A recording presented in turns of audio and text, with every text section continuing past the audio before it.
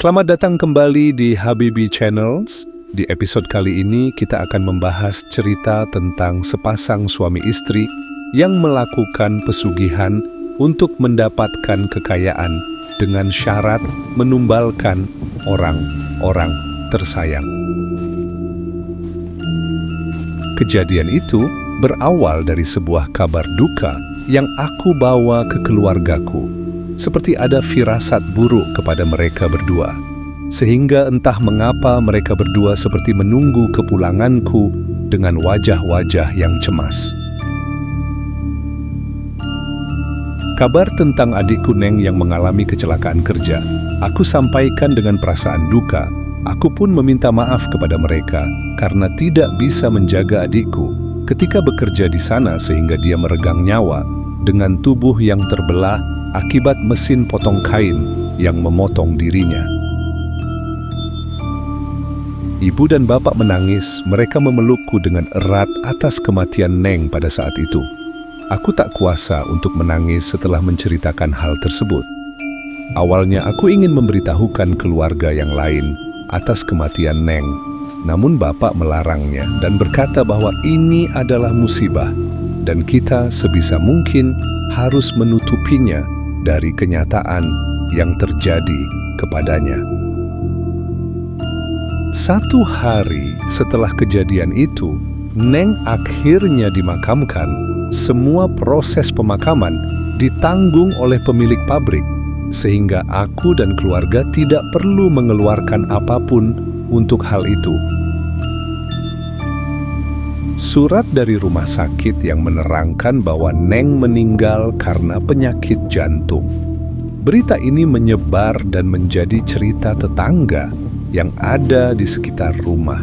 Dan itu memang sudah menjadi sebuah perjanjian yang pabrik keluarkan apabila pihak pabrik ingin bertanggung jawab atas semua biaya termasuk pesangon dari kecelakaan kerja yang adikku alami pada saat itu.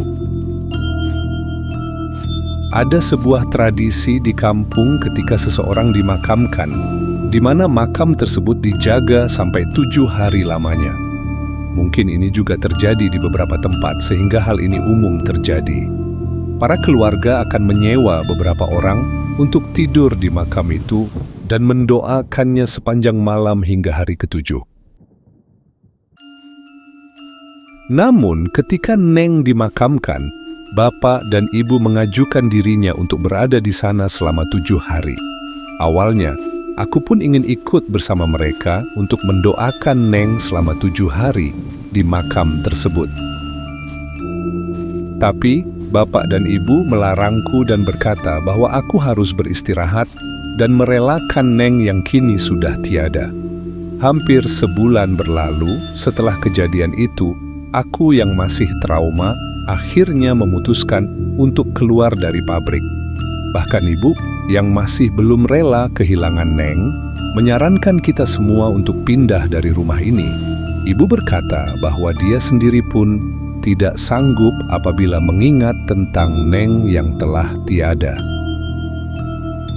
Bapak juga rupanya setuju dengan keputusan ibu. Rupanya sebelum aku datang, mereka sudah membicarakan hal ini berdua di rumah. Aku yang mendengar hal itu hanya bisa terdiam. Memang benar apa yang dikatakan ibu dan bapak. Rumah ini mempunyai kenangan yang sulit kita lupakan, sehingga kita diliputi kesedihan sepanjang harinya. Aku pun setuju atas perkataan ibu dan bapak di hari itu. Dan dengan uang pesangon juga uang belasungkawa yang aku dapat, kita semua akhirnya mulai mencari kehidupan baru di kota sebelah agar kita terbiasa hidup tanpa Neng sekarang. Tak terasa, 3 bulan berlalu dengan cepat. Rumah yang aku tinggali akhirnya terjual dengan cepat. Ibu dan bapak sengaja memasang harga murah agar rumah tersebut cepat laku.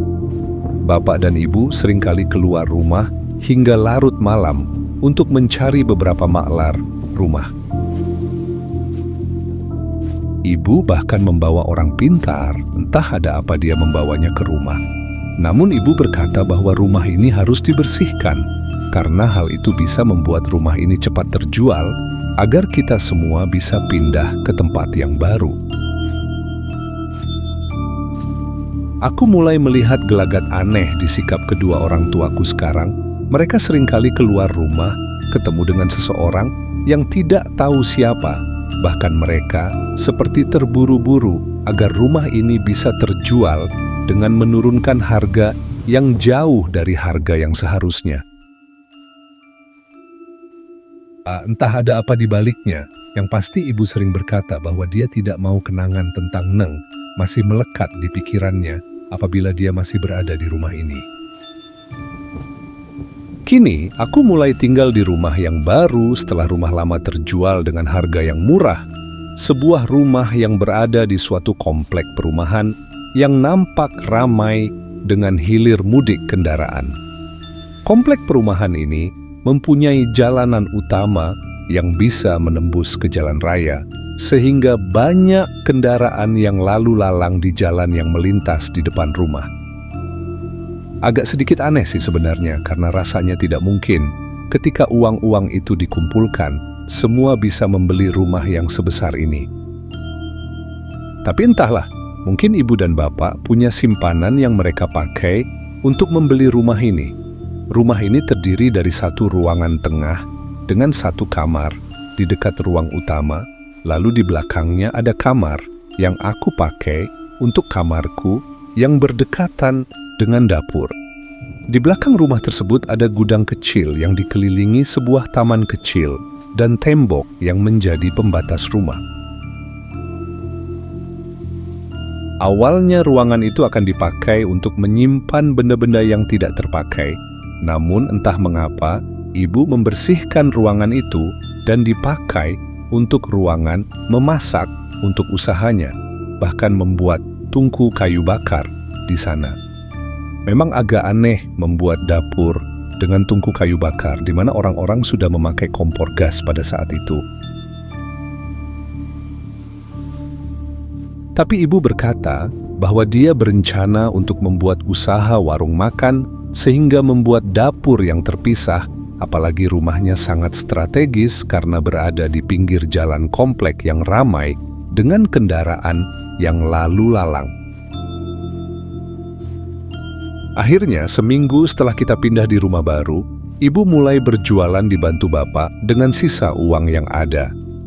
Rupanya, sisa uang dari hasil membeli rumah tersisa cukup banyak. Bapak pergi memakai motorku ke pasar induk dan pulang membawa bahan makanan yang sudah dia beli dan disimpan di ruangan belakang. Akhirnya, usaha ibu untuk pertama kalinya dibuka di sana. Ibu dan bapak membuka warung nasi sederhana di depan rumah dengan target para pekerja yang ada di ruko-ruko dekat komplek pada saat itu. Awalnya usaha ibu hanya ada 1 atau 2 pembeli, namun lama-kelamaan usaha ibu semakin lama semakin ramai. Bahkan aku seringkali ikut membantu usaha ibu yang mulai ramai di jam makan siang. Masakan ibu yang enak membuat mereka menceritakan hal itu kepada teman-temannya, sehingga semakin banyak yang berdatangan untuk makan di sana setiap harinya. Aku senang. Raut wajah ibu yang awalnya sedih ketika kehilangan Neng kini mulai kembali tersenyum. Namun entah mengapa, tepat ketika mereka selesai berjualan, seperti ada yang berbeda dengan mereka. Aku dilarang untuk makan masakan ibu yang ada di etalase. Dia menyuruhku untuk makan makanan yang ada di dapur. Pernah sekali aku melanggar hal itu dan membawa makanan-makanan itu masuk ke dalam kamar. Ketika aku membawanya, rasanya seperti tidak enak. Sayurannya seperti sudah layu dengan telur balado yang sedikit membusuk. Hal itu tentu saja diketahui oleh ibu. Seketika ibu marah di sana, dia menunjukku dan berkata bahwa aku tidak menurut kepadanya. Bahkan, dia kembali mengungkit-ngungkit Neng dan berkata, kalau aku adalah Neng, maka aku akan menuruti apa yang dia katakan. setelah kejadian itu. Mereka nampak dingin, senyuman mereka mendadak hilang, terlebih lagi ketika mereka bertemu denganku. Seperti ada perubahan yang mendadak terhadap mereka ketika mereka berdua pindah ke rumah baru. Ini semua gara-gara kamu. Kalau saja Neng masih hidup dan bisa menikmati hal ini, dia pasti akan senang dan hidup kita berempat akan sempurna, katanya sambil meneteskan air mata.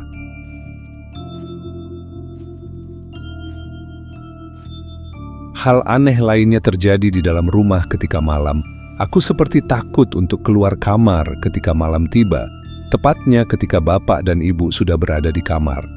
Aku seperti tidak mau melangkahkan kakiku meskipun itu hanya ke kamar mandi yang ada di ruangan tengah. Rumah yang aku tempati seperti penuh sesak akan sesuatu yang tidak terlihat. Bahkan aku seperti melihat bayangan Neng yang berdiri di dalam kegelapan. Dia seperti menatapku dari kejauhan, dan ketika aku menatapnya balik, dia seperti menghilang. Semakin lama aku tinggal di sana, situasi rumah menjadi semakin aneh. Selain lampu yang harus dimatikan setiap jam 10 malam, seringkali aku mencium bau harum dari arah dapur, tepatnya dari ruangan gudang yang ibu rubah jadi dapur untuk dia memasak. Aku awalnya tidak berpikir aneh-aneh, karena ibu memang memasak untuk dijual dari sepertiga malam hingga pagi tiba. Namun, kenapa baunya bisa sampai ke kamar, di mana jarak ruang belakang dan kamar lumayan agak jauh? Apalagi, bau itu seringkali berganti, seperti tercampur bau busuk di beberapa waktu, sehingga membuatku terbangun saking baunya masakan itu. Atau tiba-tiba, bau masakan yang menyengat, namun terasa pedih di mata. Bahkan terdengar suara seseorang yang memasak dengan bau gosong yang menyengat di sana. Entah mengapa, rumah tempat tinggalku menjadi begitu dingin sekarang, seperti ada hawa yang menusuk entah dari mana, sehingga membuatku sedikit merinding ketika melangkahkan kaki ke arah pintu belakang. Aku juga seperti sedang diawasi ketika aku keluar rumah. Beberapa kali aku melihat ke setiap sudut rumah yang gelap, namun tidak ada siapapun di sana. Bahkan, aku juga tidak mendengar ibu atau bapak yang panik akibat bau gosong yang menyengat seperti yang aku cium pada malam ini. Apakah mereka ketiduran? Gumamku. Awalnya, aku ingin membangunkan mereka, tapi aku takut ibu marah ketika dia dibangunkan di tengah malam seperti ini. Kemarahan ibu yang sering dilampiaskan kepadaku membuatku trauma. Semua kemarahan itu pasti berujung kepada hilangnya nyawa Neng yang belum bisa dia terima hingga saat ini. Aku pun akhirnya kembali berjalan ke arah pintu belakang. Bahkan kini aku mulai membuka pintu belakang yang terlihat terkunci pada malam itu. Namun tepat ketika aku membuka pintu belakang secara perlahan, seketika aku menghentikan tanganku, terdengar secara samar-samar suara wanita yang sedang memanggilku entah dari mana. Aku mencari tahu dari mana arah suara itu berasal. Rasa takut seketika menyelimuti tubuhku pada saat itu.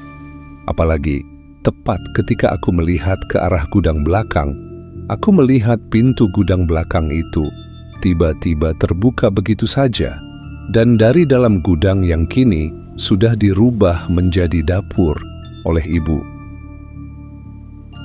Tiba-tiba muncul sosok Neng yang melayang secara perlahan dari dalam gudang itu.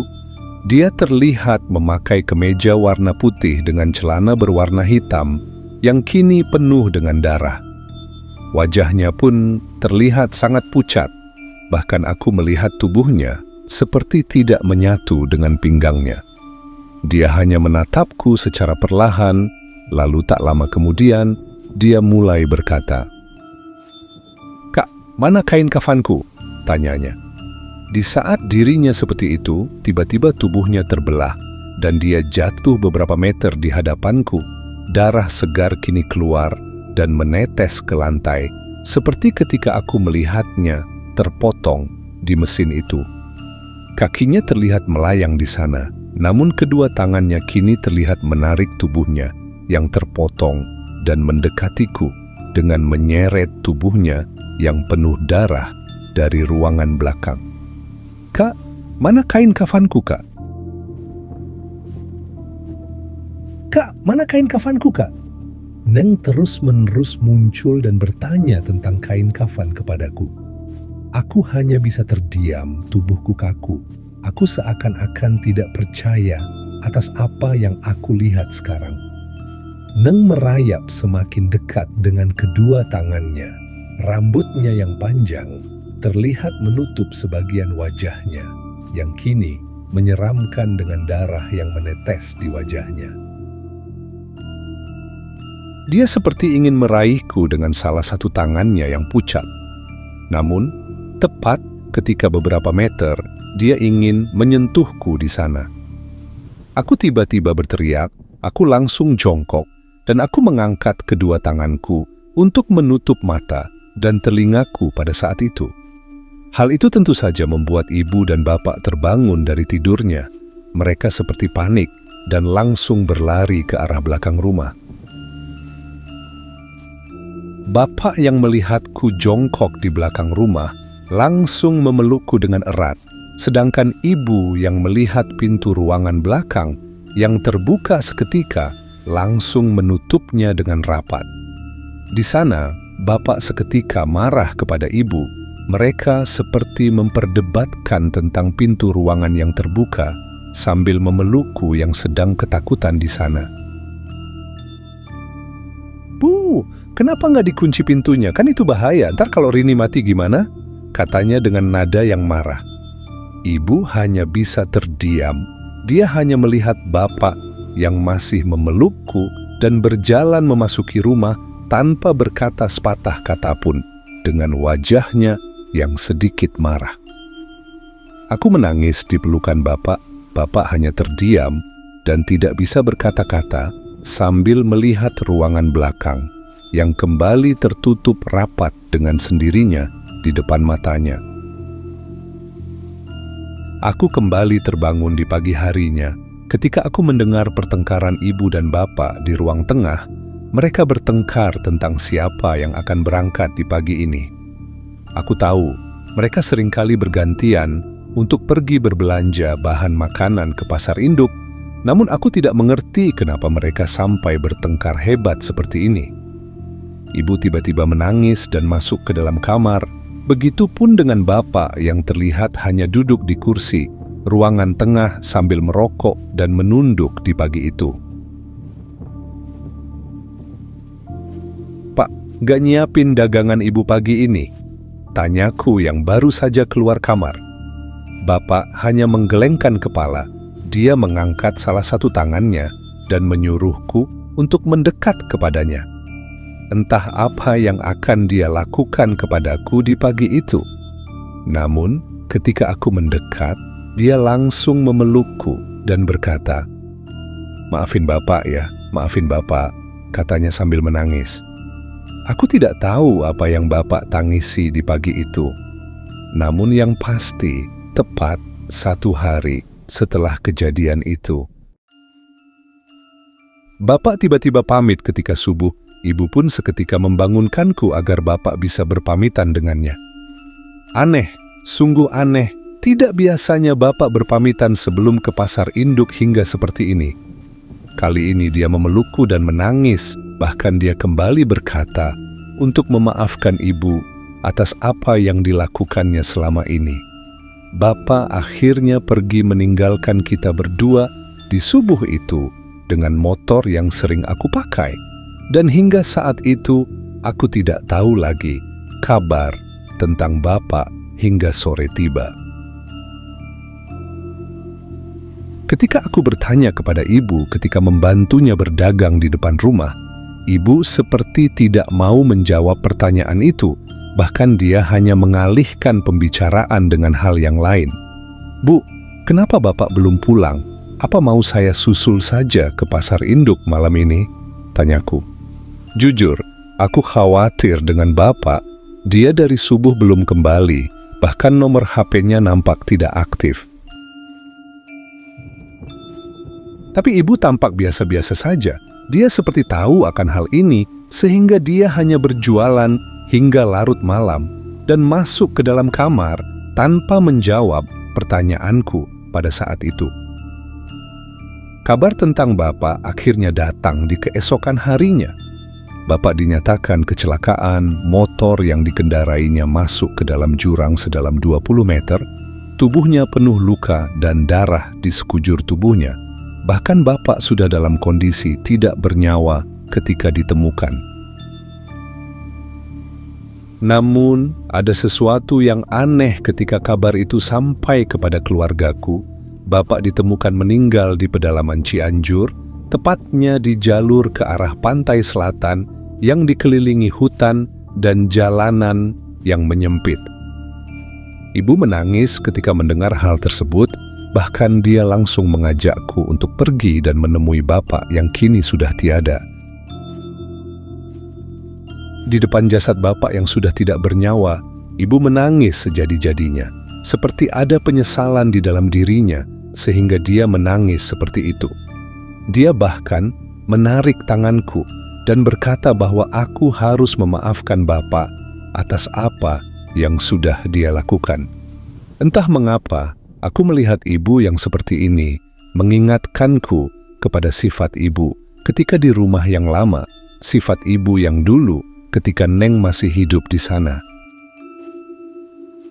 Sifatnya yang penyayang, yang lemah lembut, juga yang sering khawatir dengan seluruh anggota keluarganya. Aku kembali melihat sifat itu di depan jasad Bapak yang terbujur kaku di sana. Namun, ketika aku kembali dan pulang ke rumah, sifat ibu kembali berubah. Dia kembali memarahiku tanpa sebab, bahkan dia berkata bahwa ini semua adalah salahku. "Bapak dan Neng meninggal itu karena kamu ada di sini. Kalau saja kamu tidak mengajak Neng bekerja, semuanya tidak akan seperti ini." Ibu yang baru saja datang ke rumah tiba-tiba memarahiku. Bahkan dia langsung masuk ke dalam kamar dan menutup pintu dengan keras. Dari dalam kamar, aku melihatnya menangis. Suara tangisannya benar-benar terdengar keras, sehingga aku mendengarnya hingga ke ruang tengah. Aku hanya bisa terdiam dan bingung harus berbuat apa, bahkan ketika jasad Bapak tiba di rumah untuk dimakamkan. Letak pemakaman yang tak jauh dari rumah. Aku hanya bisa menjaga jarak dan melihat jasad Bapak dimakamkan dari jauh, karena aku takut ibu akan kembali marah kepadaku tanpa sebab ketika jasad Bapak diturunkan ke liang lahat. Setelah itu, kondisi rumah semakin aneh, tepatnya setelah ibu pulang dari menjaga makam Bapak seminggu penuh, seperti yang dilakukan olehnya ketika Neng meninggal. Awalnya, aku ingin ikut menjaga makam Bapak. Aku ingin memberikan doa-doaku agar sampai kepadanya sepanjang malam. Tapi ibu melarangku dan menyuruhku untuk diam di rumah pada saat itu. Di sanalah situasi rumah benar-benar berubah, penampakan-penampakan sesuatu yang membuatku ketakutan semakin sering aku lihat. Bahkan, aku kini seperti takut untuk membantu ibu di depan rumah. Aku lebih memilih untuk berdiam diri di dalam rumah dan membiarkan ibu mengajak tetangganya untuk membantunya berdagang. Bukan aku marah atas perlakuan ibu, tapi ketika aku melihat ibu yang sekarang, aku seperti melihat sebuah bayangan yang selalu mengikuti ibu kemanapun ibu pergi. Bayangan itu berwarna hitam, bahkan dia seperti meneteskan ludah kepada masakan ibu yang ada di sana. Jujur, aku takut akan hal itu, meskipun tetangga yang kini membantu ibu nampaknya tidak melihatnya, tapi aku bisa dengan jelas melihat makhluk itu sekarang. Semakin hari, situasi rumah semakin menyeramkan selain bayangan hitam yang terus mengikuti ibu kemana-mana. Bahkan masakan ibu terlihat seperti membusuk, bahkan kini terlihat dengan jelas bahwa masakan itu penuh dengan belatung yang tercampur dengan makanan yang ibu sajikan kepada para pembeli. Namun anehnya, mereka seperti lahap memakan masakan ibu. Bahkan mereka kembali lagi untuk membeli masakan ibu setiap harinya. Bukan hanya itu saja, ketika malam pun situasi rumah kini nampak gaduh. Aku yang kini hidup berdua bersama ibu, seperti mendengar banyak orang yang ada di ruangan lain dengan suara tertawa yang sering aku dengar. Beberapa kali aku memimpikan Bapak ketika aku tidur di kamar. Dia datang dengan wajahnya yang hancur dan tulang-tulangnya yang patah. Dia muncul dan meminta maaf atas apa yang terjadi di rumah ini. Bahkan dia berkata bahwa aku harus memaafkan ibu atas perlakuannya selama ini. Hingga tepat 1 tahun berlalu, aku dikejutkan oleh pernyataan ibu bahwa dia akan menikah lagi dengan orang yang tidak aku kenal. Hal itu tentu saja membuatku marah. Ibu seperti mengkhianati rasa sayang Bapak yang sudah menghiasi hidupnya hingga akhir hayatnya. Di sana aku marah, bahkan aku sampai berkata kepada ibu bahwa aku akan keluar rumah apabila ibu terus memaksa untuk menikah lagi dengan seseorang yang tidak aku kenal. Ibu tentu saja marah. Di sana kita berdebat hebat hingga ibu berkata kepadaku, "Kalau ibu tidak melakukan hal ini, kamu atau ibu akan mati. Daripada kita berdua yang mati, lebih baik orang lain yang akan menjadi korban." Ibu dengan emosi yang memuncak berkata seperti itu. Dia baru sadar bahwa kata-kata itu tidak seharusnya keluar dari mulutnya, sehingga dia seketika terdiam dan langsung pergi ke dalam kamarnya. Aku yang sudah muak dan tidak peduli dengan apa yang ibu katakan, akhirnya memutuskan pergi di hari itu juga. Aku sudah tidak peduli dengan keluarga ini, dengan rumah ini, juga dengan kejadian yang aneh dan menyeramkan yang aku alami. Aku sudah menahan diri untuk tidak bekerja di luar, dengan harapan aku bisa membantu ibu berdagang. Tapi nyatanya ibu malah terus memarahiku, dan hari ini adalah puncaknya. Aku pergi, hari itu juga mencari kos untuk aku tinggal dan mencari pekerjaan di sana. Setelah seharian mencari, aku akhirnya mendapatkan kosanku sekarang, tempat kos yang aku tempati hingga hari ini. Aku tidak tahu kabar ibu pada saat itu. Aku juga tidak ingin menghubunginya atau menanyakan kabarnya.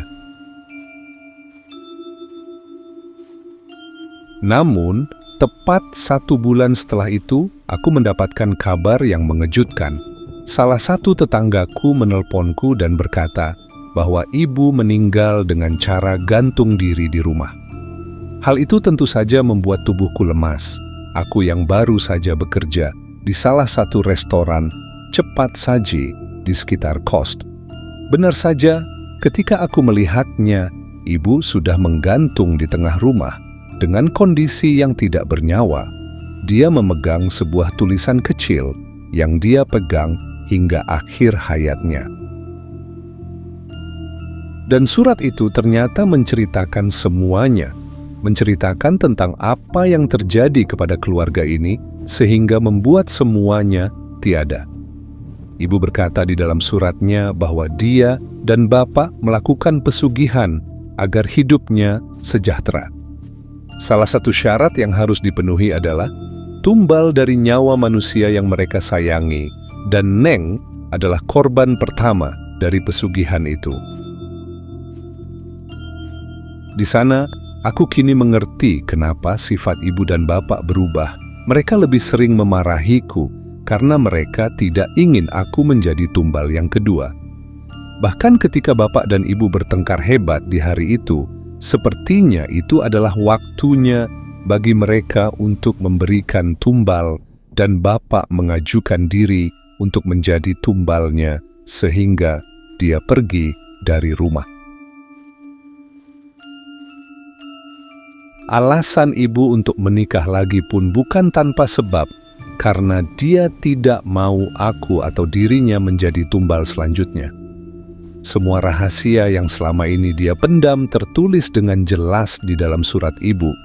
Bahkan dia berkata bahwa ketika dia dan bapak berada di makam, sebenarnya mereka sedang melakukan sebuah ritual, di mana di dalam ritual tersebut mereka mengambil kembali kain kafan yang akan dia gunakan untuk penglaris seperti yang dia lakukan selama ini. Neng yang muncul di hadapanku rupanya bertanya tentang kain kafan yang ibu dan bapak ambil. Dia dimakamkan tanpa kain kafan setelah diambil oleh mereka berdua, dan kain kafan itu ibu gunakan sebagai pembakaran di tungku kayu bakar yang ibu pakai untuk memasak. Kain kafan itu digunting menjadi potongan yang lebih kecil, dan setiap kali ibu memasak, dia melemparkan potongan kain kafan itu ke tungku kayu bakar agar masakannya bisa memikat para pembeli. Kedua tanganku seketika bergetar ketika melihat isi dari surat itu. Aku seketika menjatuhkan surat tersebut dan lari ke ruangan belakang. Pintu ruangan itu terlihat tidak terkunci sekarang sehingga aku bisa membukanya, dan ketika aku masuk ke ruangan tersebut, aku melihat bahan-bahan makanan yang sudah membusuk tergeletak begitu saja. Bahan-bahan makanan busuk itu adalah bahan makanan yang ibu masak dan ibu jual di depan rumah. Di sana, aku juga melihat sebuah kain kafan yang masih tergeletak begitu saja. Kain kafan itu sepertinya adalah kain kafan bapak yang belum ibu pakai. Karena ketika aku melihatnya di dekat tungku kayu bakar, aku melihat sebuah potongan kain kafan yang setengahnya sudah terbakar. Dan itu adalah kain kafan punya Neng yang hampir habis ibu gunakan. Aku benar-benar lemas melihat hal ini.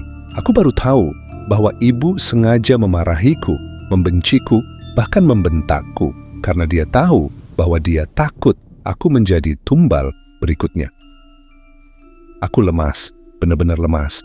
Bahkan aku kembali ke ruangan tengah dengan kondisi ibu yang jasadnya sudah diturunkan dan dibawa ke rumah sakit untuk diperiksa. Di sana, aku kembali membaca surat ibu. Dia berkata bahwa dia melakukan hal ini karena di balik rasa marahnya selama ini terselip rasa sayang yang tidak bisa dia hilangkan di dalam hatinya kepadaku. Sehingga makhluk itu tetap akan mengincarku setelah bapak meninggal karena dia masih melihat rasa sayang ibu kepadaku di balik amarahnya. Ibu yang tidak mau anaknya menjadi korban lebih memilih untuk menukar nyawanya dengan gantung diri di dalam rumah, dan itu adalah tumbal terakhir yang dia jalankan.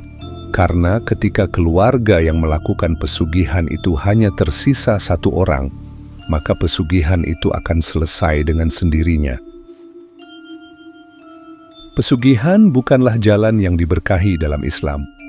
Harta yang diperoleh dengan cara yang tidak diridai Allah hanya akan mendatangkan kerugian di dunia dan akhirat. Jadikan usaha yang halal sebagai sumber rezeki, karena Allah menjanjikan keberkahan dan ketenangan hidup bagi mereka yang bersabar dan berusaha dengan jalan yang benar. Terima kasih sudah menonton. Jangan lupa like, share, dan subscribe. Jika punya pengalaman atau cerita serupa, kirimkan link videonya di komentar atau email kami. Sampai jumpa di video berikutnya.